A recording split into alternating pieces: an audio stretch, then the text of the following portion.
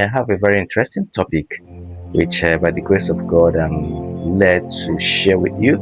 The title of the topic is centered on when God is not who you thought.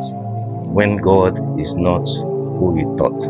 My anchor scripture will be taken from 1 Kings chapter 19, reading from verse 11 to 13.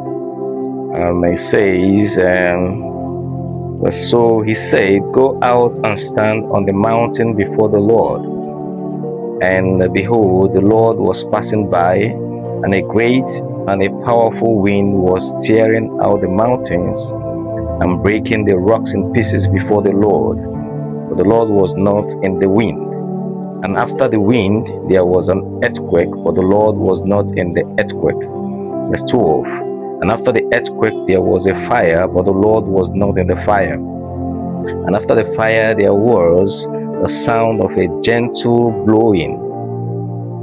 When Elijah heard the sound, he wrapped his face in his mantle and went out and stood in the entrance of the cave.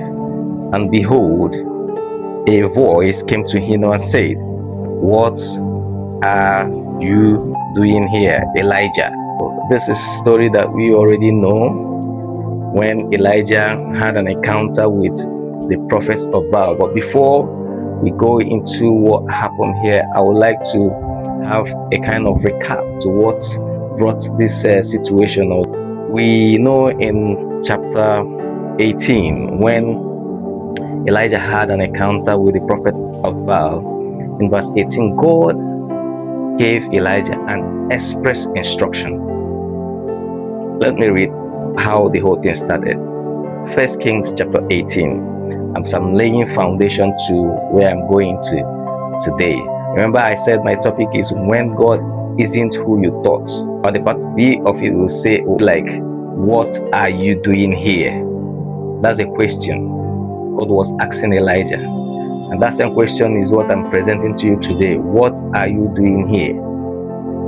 Now, you might not be able to answer this question. You might be asking, why are you asking me this kind of question? Go straight to the point. But I know, by the grace of God, at the end of our study today, we'll be able to answer that question and give a proper response. When Lord will ask you, what are you doing here? You should be able to answer that question to know, are you in the right place or you are in the wrong place? So, but before I go further, let me read